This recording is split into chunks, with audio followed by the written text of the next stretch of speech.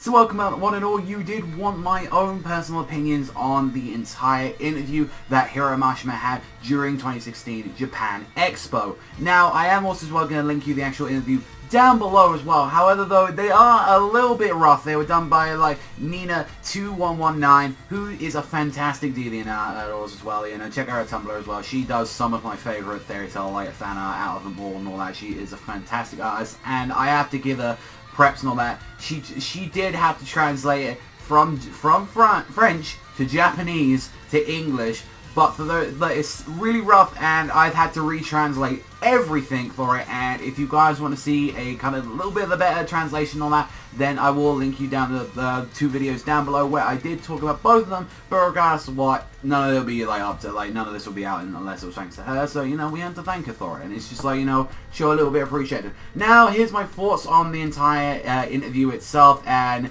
a lot of it was like, you know, like, because we got answers from like what the actual, like, you know, members and all that, like, come from the Expo themselves had to say, and then we had some public questions into it.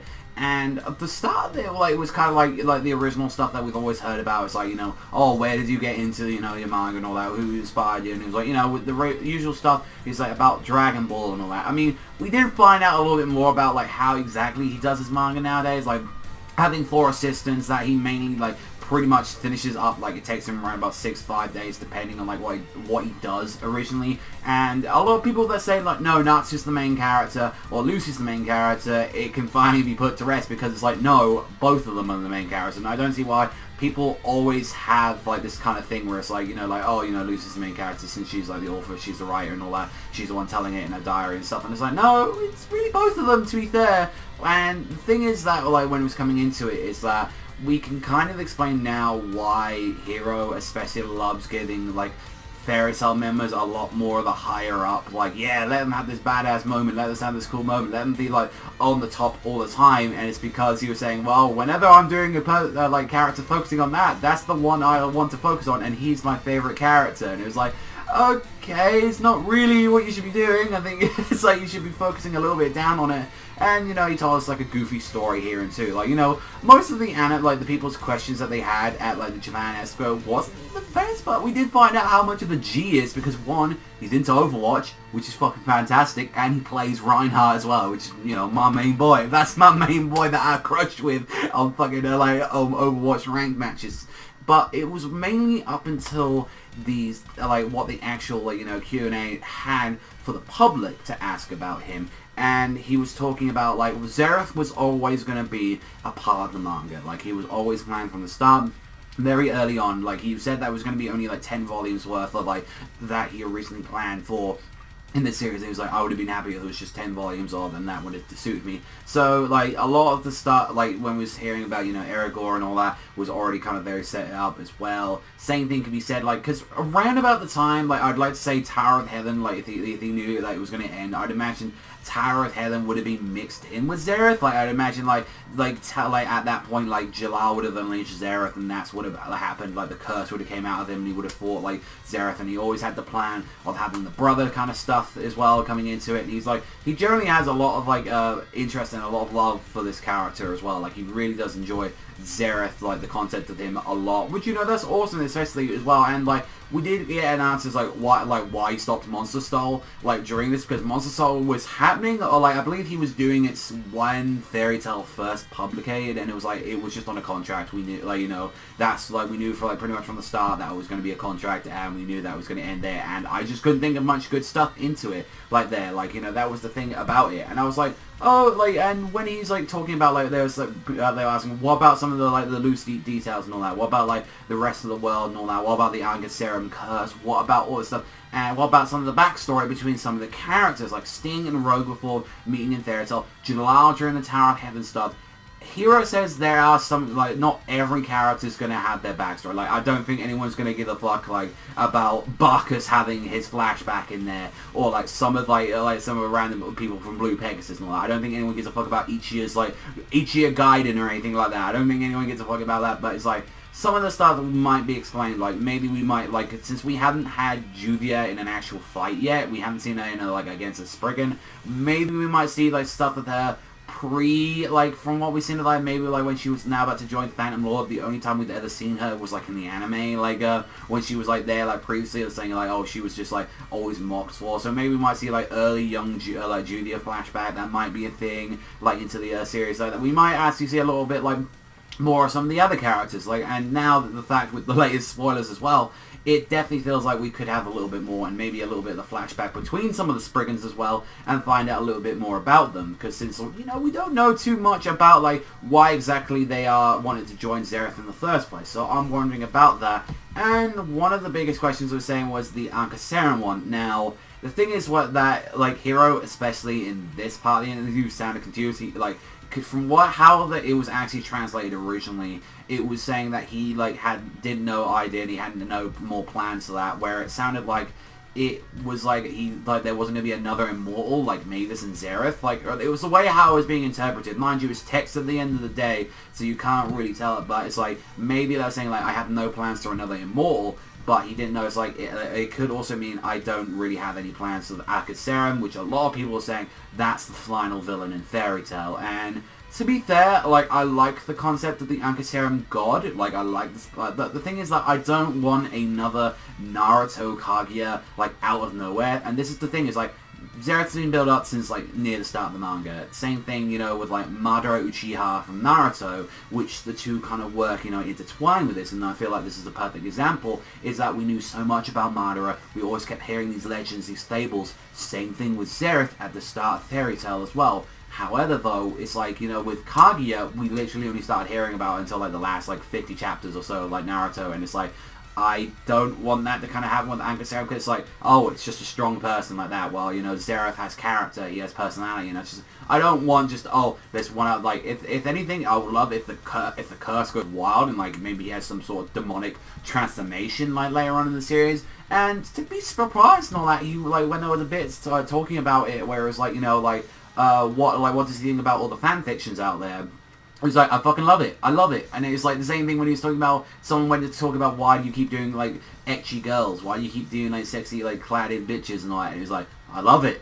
It's like, I love doing it. I'm like, well, not the best reason to explain it, but then again, it's like, Hiro knows what he's done, and he's said many times before that the manga's not as serious as what people make it out to be. Like, you know, he's clearly said that it's just meant there for an enjoyable, like, ability, and it's like the fact that people, especially, take it way too seriously. Like, even as well, like, I get hyped, I get really enjoyable when stuff is going down. Yeah, like, you know, maybe you could say as well, I take it too seriously as well, but at the end of the day, when it does dumb shit, I'll call it out for dumb shit.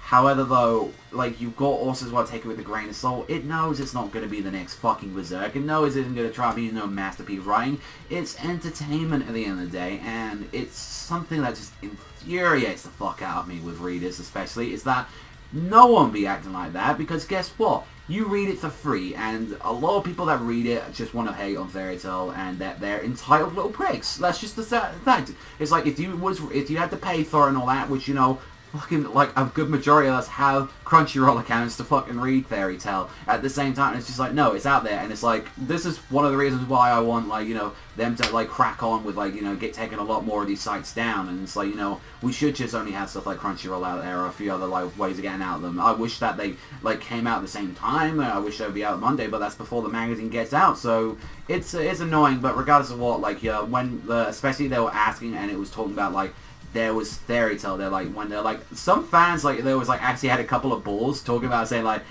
oh, when would a character actually die in Fairy Tail? Which, you know, is a big criticism of it, and even I have had issues with it as well. Like, you know, it's not that, like, just characters have died in the series, it's just that they just, you always have these life or death situations, and it's like, oh, never mind, I'm back. Especially the Gajil one, which is really, really quick, but he was saying that, wait for the next couple of chapters, you will be surprised about, like, stuff that's going to be happening. So, he could be teasing a death, like, he could just be circulating some hype around it. We just don't know. And the fact that it was saying, like, with a lot of people saying, is Fairy Tail going to end soon? What is it going? He confirmed that it's in his heyday. He has his ideas.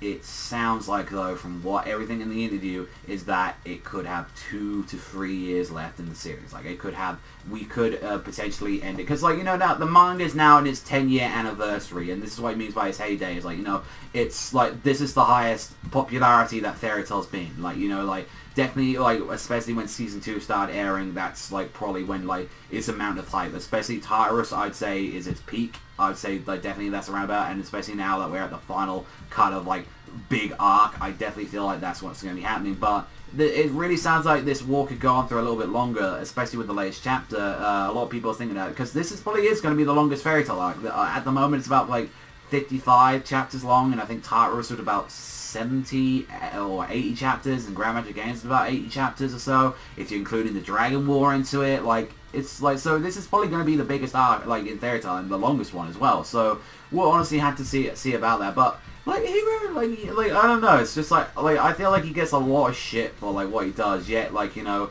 there's just not a lot of positivity out there. I mean, he does it to himself a lot of the time with some of the stuff, but then again, like, you know, people just don't look at the positives around him. Like, you know, he actually won, he actually does romance, he knows when not to fucking drag on fights. Like, I'm looking at some certain series, a cough One Piece, like, doing that, and it's like, especially, I don't know, it's just like, it just doesn't drag on, like, you know, with, like, some of the Bleach characters and all that, with some of the fights and all that, and it's just like, and then again, it's his biggest curse as well, because fucking Fairy Tail fights go on, like, just, like, 2 chapters, 3 chapters, and it should be a little bit longer, like, 4 chapters or something. But then again, like, you can't, like, regardless of what, I'm still gonna enjoy Fairy Tail. Like, I always am gonna enjoy, like, Fairy Tail. Like, it is my guilty pleasure. It will always be my guilty pleasure to enjoy it like that. But then as well, I always know there are much better written series.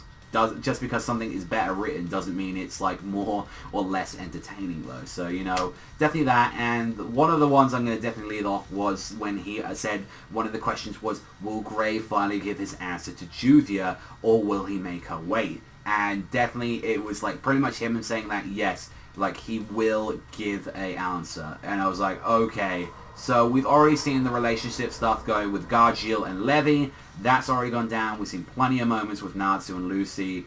That kind of confirms there that Gray and Juvia are definitely going to happen, which I'm happy, like, at least I think everyone kind of knew. It's like, oh, that was going to be, the few people that are like, oh no, please, let them have their moment, let them say this answer. So, like, I'm glad that's at least happened. He didn't mention anything about any of the Spriggans, like, who's going to fight who, and all that, like, so, yeah, it's still open in the air, like, who's going to fight who, especially with the latest chapter, but, like, it was a good interview. Like, I definitely, personally, really enjoyed this interview. He was very social with his audience. He drew an awesome picture as well for everyone, and he did it in the allotted time as well, and then just continued doing more, and it's like, the guy's a fucking G. Like, the guy's an absolute G and all that. Like, he's a really fast, like, drawer. He actually does, like, puts in a lot of detail into it, and he answered the questions that people wanted to know. It's just that the Ankhseram one was the one, the question in the whole thing where it sounded like he generally got confused about what, like, he was, like, what they were talking about. Like, saying, like, are you talking about, like, if there's going to be another immortal? Are you just going to mention the god? But if that's the case, that means that, like, the whole Ankhseram god theory that people have had is not really... It's the main reason why I haven't done a theory about the Ankhseram stuff generally, because, like, I don't think, like, Ankhseram's going to be a big thing in the series. I don't think, like, he's going to be the final villain. I could be proven wrong, but it's like, it's definitely something we just have to wait on. But let me know what you guys think in the comment section down below. What do you think about the interview overall? Like I said, I'll link you to the actual original one, but I will link you to the retranslated versions that I did, which are in 2 parts if you want to see what the people at the Expo had to say themselves, and also as well the public audience split up into 2 parts. So there you go. I'll leave them down below and all that so you can go and see them. But thank you very much for watching. As always, you love Fairy Tail as much as I do, then you know where to hit that like, you know where to hit that subscribe, you know where to hit all that good shit. But I'll see you people next time.